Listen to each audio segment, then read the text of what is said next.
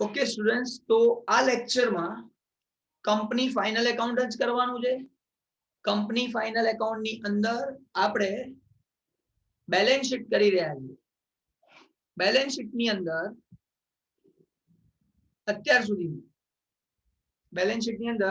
અત્યાર સુધીમાં આપણે શું ભણી ચૂક્યા છીએ? આ બધી આઈટમ ભણી ચૂક્યા છીએ. એની અંદર આ શેર કેપિટલ, રિઝર્વ અને સરપ્લસ નું ડિસ્કશન કરી ચૂક્યા છીએ. એના પછી આ લોંગ ટર્મ બોરોઈંગ અને આ શોર્ટ ટર્મ બોરોઈંગ, આ બેનું ડિસ્કશન કરી ચૂક્યા છીએ, કારણ કે આ બંને એકબીજા સાથે કનેક્ટેડ છે. ચલો, મારે તમારા પાસેથી કોઈનો આન્સર જોઈએ છે. લોંગ ટર્મ બોરોઈંગ માં યાદ રાખવા જેવી કઈ આઈટમ છે જે ભૂલ થઈ શકે, અને શોર્ટ ટર્મ બોરોઈંગ માં યાદ રાખવા જેવી કઈ આઈટમ છે જે ભૂલ થઈ શકે? જે છે બોરોઈંગ, લાયબિલિટી છે બોરોઈંગ વાળી, પણ આપણે ભૂલ થઈ શકે. જાનવી આન્સર આપતો. હા સર, લોંગ ટર્મ બોરોઈંગ માં બોન્ડ અને પબ્લિક ડિપોઝિટ. યસ, બોન્ડ નામ એવું છે જે દેખાય ને એટલે લોંગ ટર્મ બોરોઈંગ માં નાખી દેવાનું, ભૂલ થઈ શકે. પબ્લિક ડિપોઝિટ એવી છે જે લોંગ ટર્મ બોરોઈંગ હોય, જે ભૂલ થઈ શકે. બાકી બહુ ચિંતા નથી. બાકીની બે આઈટમ કઈ છે normal? Debenture and long term loans. Yes, debenture and long term loan. Debenture થી ખબર પડી જાય લોંગ ટર્મ માટે ડિબેન્ચર ઇશ્યુ છે. અને મારે એક ક્વેશ્ચન પૂછવો છે જાનવી તને, પણ ડિબેન્ચર મેક્સિમમ કેટલા વર્ષ માટે ઇશ્યુ કરી શકાય?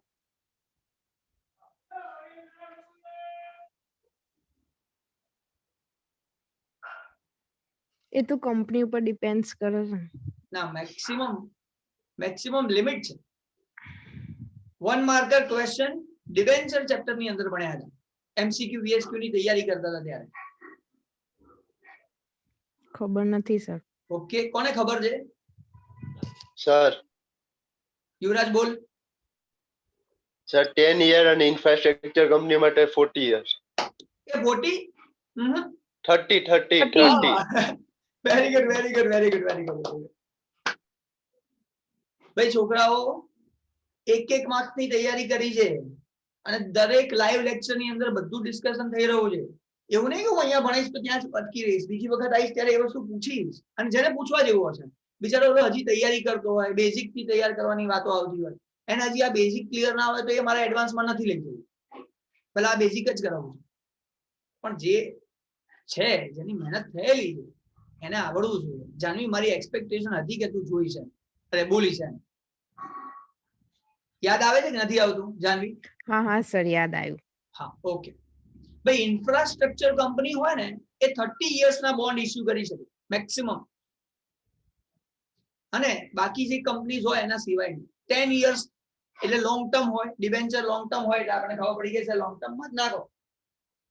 લોન 12 વર્ષથી 12 મહિનાથી ઉપર છે એટલે નાખો. પતી ગયું, આટલું કામ તો પૂરું થઈ ગયું.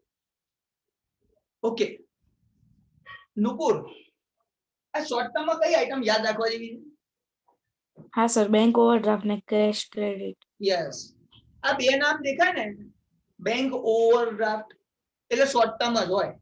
કેશ ક્રેડિટ શોર્ટ ટર્મ જ હોય, એ લોંગ ટર્મ હોય જ નહીં. તમે 10 વાર લો, બેંક ઓવરડ્રાફ્ટ લો, પેમેન્ટ કરી દો મહિના પછી. ફરી બેંક ઓવરડ્રાફ્ટ લો, પેમેન્ટ કરી દો 2 મહિના પછી. તમે 10 વાર વર્ષમાં લો ચાલે, પણ શોર્ટ ટર્મ કહેવાય. બાકી તો લોન તો શોર્ટ ટર્મ હોય તો ખબર પડે, એમાં તો કીધું હોય તો એ પ્રમાણે કામ કરવાનું. Very good. અત્યાર સુધીનું ડિસ્કશન આપણે લાસ્ટ લેક્ચર સુધીમાં કરી ચૂક્યા છીએ. એટલે બે આઈટમ હવે વાત આવે છે, હું છે ને અધર લોંગ ટર્મ લાયબિલિટી છે ને એનું ડિસ્કશન અત્યારે નથી કરતો. હું પ્રોવિઝન નું ડિસ્કશન કરીશ. કેમ ખબર છે તમને? જો આ ખબર પડી ગઈ બોરોઈંગ અને પ્રોવિઝન, તો એક બોરોઈંગ ની ખબર પડી ગઈ, એક પ્રોવિઝન ની ખબર પડી ગઈ. એના સિવાયનું જે છે બધું અધર લાયબિલિટી. એમાં લોંગ ટર્મ એટલે લાંબા અને શોર્ટ ટર્મ એટલે ટૂંકા. ખાસ કરીને હું પ્રોવિઝન નું ડિસ્કશન કરીશ. અચ્છા, આમાંથી આ પ્રોવિઝન તો તમને આવડે જ છે. મેં કહી દીધું તું જ્યારે ભણાવતો હતો ત્યારે જ કહી દીધું તું. અને એ આન્સર મારે જોઈએ છે ઉર્વી પાસેથી. ઉર્વી બેટા, yes sir. Short term provision ના બે આઈટમો આપણે શીખી ચૂક્યા છીએ આના પહેલાના લેક્ચરમાં. એની પહેલા બી શીખ્યા છીએ, પણ હું તને એટલા માટે આના પહેલાના લેક્ચરમાં કહું છું કારણ કે તું ત્યારે પ્રેઝન્ટ હતી. હા sir, short term provision, bank overdraft ને કેશ ક્રેડિટ. બકા એ તો શોર્ટ ટર્મ બોરોઈંગ છે, હું પ્રોવિઝન કહું છું. આ લેક્ચર શરૂ થયો ને ત્યારે પણ મેં પૂછ્યું હતું કે બોરોઈંગ, લોંગ ટર્મ બોરોઈંગ ને શોર્ટ ટર્મ બોરોઈંગ, એની અંદર બી કેશ ક્રેડિટ ને આટો વાત આવી. કેશ ક્રેડિટ, બેંક ઓવરડ્રાફ્ટ અને લોન તો ખરું જ, પણ આપણે વાત આવે છે આ પ્રોવિઝન ની. આની અંદર આપણે વાત કરી ચૂક્યા છીએ. પ્રોવિઝન આમાં ફંડ. સારું રહેવા દે, પાસ. સ્મિત બોલ બેટા. Sir, provision for tax. Yes, provision four tax.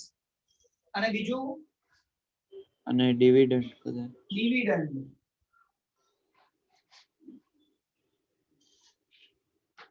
Propose dividend અને પ્રોવિઝન ફોર ટેક્સ, આ બે વસ્તુ એવી છે જે શોર્ટ ટર્મ પ્રોવિઝન કહેવાય. તમે ટેક્સ નું પ્રોવિઝન કર્યું, તમારે ટેક્સ પેમેન્ટ કરવાનું છે તે અહીંયા લખવું પડશે.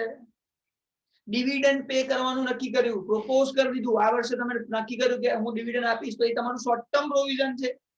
આ બે આઈટમ સિવાય બીજી કોઈ આઈટમ અહીંયા ના આવે. સિમ્પલ વાત થઈ હતી, પૂર્વી યાદ આવે છે? યસ સર, ઓકે, યાદ આવે. આ બે વસ્તુ તમારી શોર્ટ ટર્મ પ્રોવિઝન ની છે. સર આટલી બધી મહેનત કેમ કરો છો? એક બી માર્ક્સ ના કપાય નહીં, એક બી માર્ક્સ ના કપાય નહીં. ચલો, અને બોર્ડની એક્ઝામમાં નહીં કહેતો, સ્કૂલની એક્ઝામમાં નહીં કાપવા. ચલો જોઈએ, તો આટલી વાત થઈ ગઈ.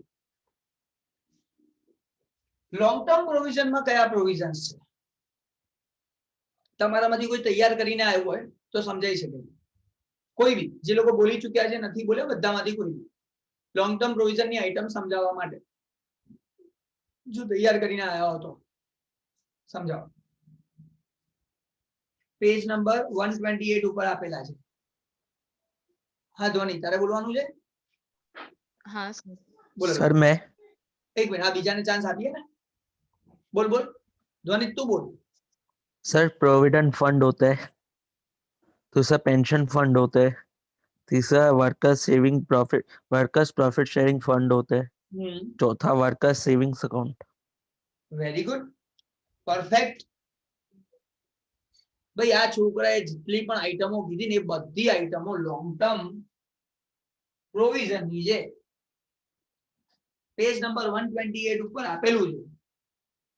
5th number long term provision.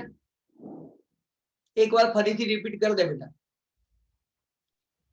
Provident fund, pension fund, workers profit sharing fund, workers savings account. एक बार और रिपीट कर दो. Provident fund, pension fund, workers profit sharing fund, workers savings account और एक ऐसा लग रहा है कुछ हाँ, gratuity fund. Gratuity sir fund. ये क्या होता है? बता रहा हूं, ग्रेजुएटी फंड ये तो नहीं पढ़ रहा था, इसलिए मैं फिर से करवा रहा था. चल एक बार, ग्रेजुएटी क्या होता है बता रहा हूं, एक बार फिर से आराम से पढ़.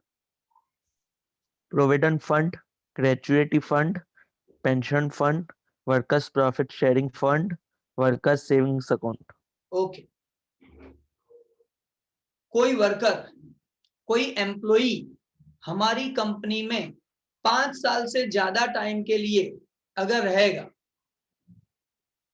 कंपलसरी नहीं है, लेकिन कोई वर्कर अगर 5 साल से ज्यादा टाइम के लिए हमारे पास काम करता है, तो कुछ कंपनीज ऐसी होती है जो 5 साल के बाद वो अगर कंपनी छोड़ के जा रहा है, रिटायर हो रहा है, कोई भी रीजन से जाएगा, तो उसको ग्रेजुइटी दिया जाएगा, एक साथ पैसा दिया जाएगा. उसने हमारी कंपनी में अच्छा काम किया, इसीलिए उसको ये लेने का हक है, और वो 5 साल के बाद उसको हक मिलता है. तो उसे बोलते हैं ग्रेजुइटी फंड. जैसे पेंशन, रिटायर होने के बाद एवरी मंथ पेंशन आता है, या किसी को एक साथ पेंशन का पैसा चाहिए तो एक साथ भी पैसा ले सकता है। सेम वे उसके साथ साथ ग्रेजुएटी फंड, अगर कंपनी में प्रोविजन है, कंपनी अगर सोचता है कि उसको देना है तो वो दे सकता है, लेकिन 5 साल के बाद उसका लायबिलिटी बनता है, वो पैसा एक साथ उसको मिलेगा। जैसे पेंशन मिलता है वैसे ग्रेजुएटी फंड का पैसा भी मिलेगा।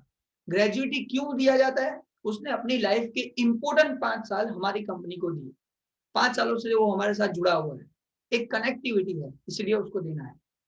कंपलसरी नहीं है, जो कंपनी का प्रोविजन होता है वो रखते हैं, बाकी नहीं रखते। समझ में आ गया बेटा? हाँ सर। किसी और को डाउट हो तो मुझे पूछ सकते हो। अगर आप लोग मेरे साथ कनेक्ट में रहोगे, आप लोग कॉलेज में भी पढ़ोगे तो टैक्सेशन सब्जेक्ट के अंदर ये सब कैलकुलेशंस आएंगे, पेंशन कैलकुलेशन, ग्रेजुएटी कैलकुलेशंस, ये सब कैलकुलेशन कॉलेज में होता है। ठीक है, तो जब कॉलेज में आओगे, अगर मेरे साथ ट्यूशंस पे रहोगे तो आप लोगों को सिखाते रहेंगे। शॉर्ट में यहाँ पे इतना है। तो यहाँ पे जो आइटम दी है, provident fund, gratuity fund, worker saving account, ठीक है, ये सब जो चीजें हैं, ये सब चीजें क्या है? प्रोविजन है। कौन सा प्रोविजन है? Long term provision. अब मेरा एक छोटा सा क्वेश्चन है, सोच समझ के आंसर देना। अगर मुझे लॉन्ग टर्म प्रोविजन को शॉर्ट में लिखना हो, सर इतना ही है और कुछ नहीं, नाम याद नहीं रखने, ये नाम से तो पता चल जाता है कि ये सब प्रोविजन है, लेकिन अगर मैं वो याद रखूंगा ना तो मुझे 100% पता चल जाएगा कि ये यहाँ पे ही आएगा, एग्जाम में गलती नहीं होगी। मैं बताऊं सर? 1 मिनट, नहीं तू नहीं, ध्वनित अभी नहीं, और कोई? ध्वनित के अलावा कोई भी बताना चाहता है? मुझे सुनना है किसको वो आता है, फिर मैं बोलूंगा ये बोलो। एक ही लाइन या एक ही वर्ड, उसको प्रोविजन बोलेंगे। ये नाम जो पढ़ते हो ना तो पता चल जाना चाहिए।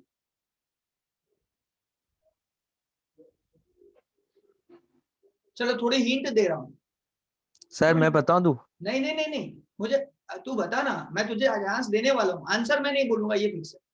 थोड़ी हिंट दे रहा हूं। एडमिशन और रिटायरमेंट चैप्टर में ना थोड़ा डिफरेंस मैंने बताया था, ये चीज ये है और ये चीज ये है, इसलिए ये होता है, ये नहीं होता है, ऐसा कुछ सिखाया था एडमिशन रिटायरमेंट चैप्टर के अंदर, जिसको याद है। कोई भी है स्टूडेंट, बोल सकते हो।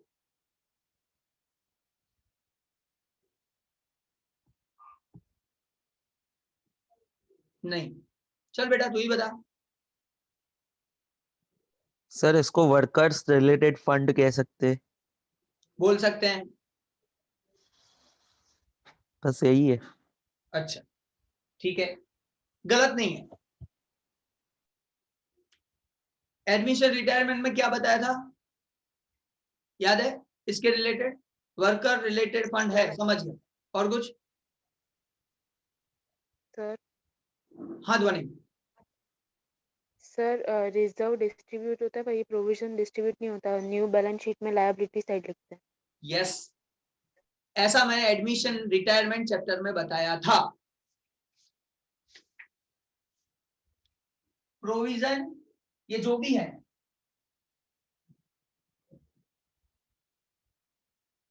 Worker liability,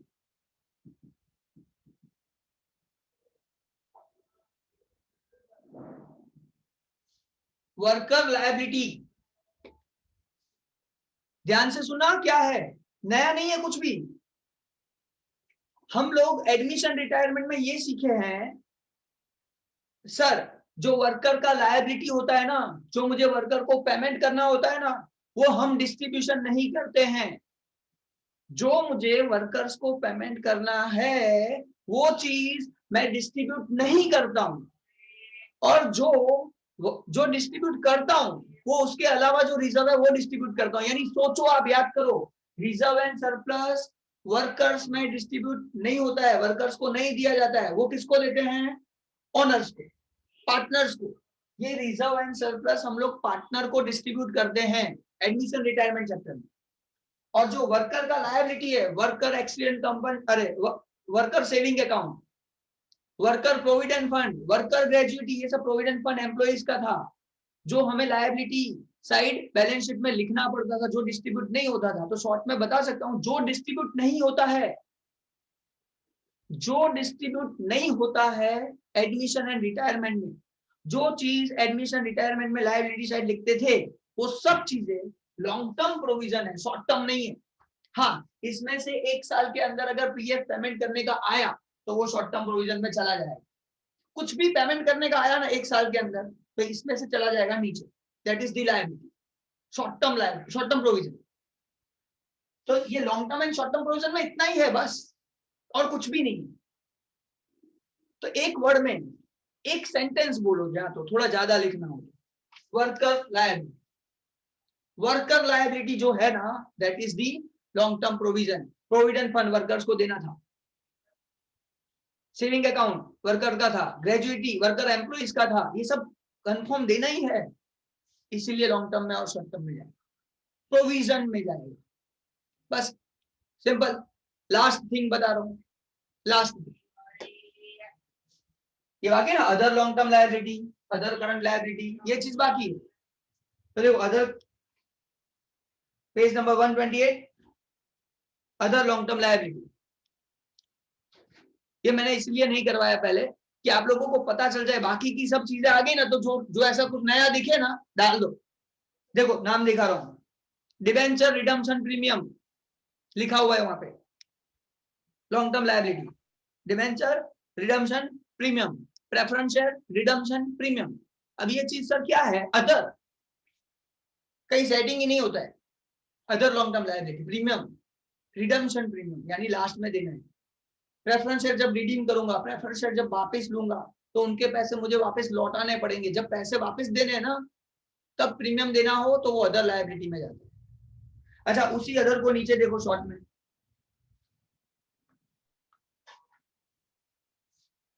page number 129, 8 number point, ये अदर करंट लायबिलिटी। अब करंट लायबिलिटी में बहुत सारी चीजें हैं, बोल रहा हूं ना कि याद नहीं रखना है, याद सिर्फ इसके अलावा रखोगे, बाकी सब उसमें डाल देना है। लेकिन एक बार पढ़ लेते हैं। हाँ ध्वनि, एक बार रीड कर लो ना बेटा।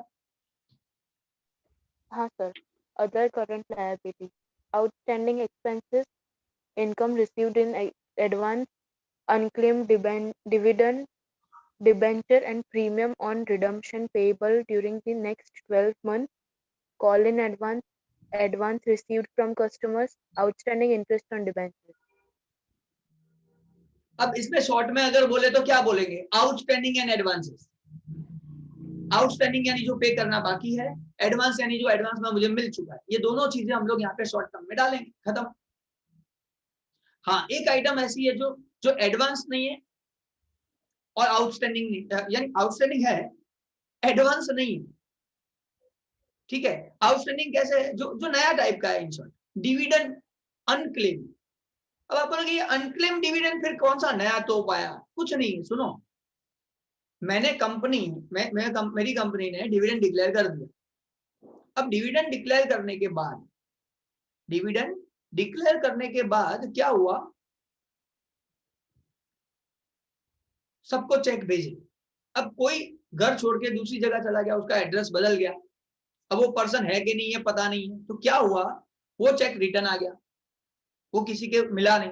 अब जब वो पर्सन जागेगा, कंपनी में आएगा, तो मुझे वो चेक उसको देना पड़ेगा, दैट इज द लायबिलिटी। अब वो पर्सन मिला नहीं है, उसका एड्रेस चेंज हो गया, अब मैं क्या कर सकता हूँ, तो मेरे को यहाँ पे लायबिलिटी में डालना है अदर। इसलिए मैंने बोला अदर का याद नहीं रखना है, अदर इजी है। आपको ध्यान क्या रखना है, सोचना क्या है, शॉर्ट टर्म है, ठीक है, स्टेट पेबल है, ठीक है, ये है नहीं है, इसमें नहीं है ना, तो अदर।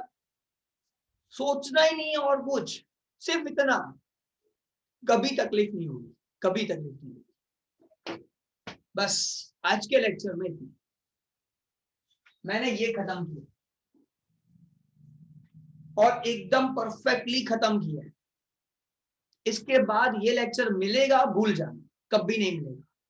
ये 4 लेक्चर जो हुए ना, बस ये बाकी है, इसमें करेंगे सेम यही मेहनत यहाँ पे भी करेंगे। एक एक मार्क्स कहीं नहीं जाना चाहिए।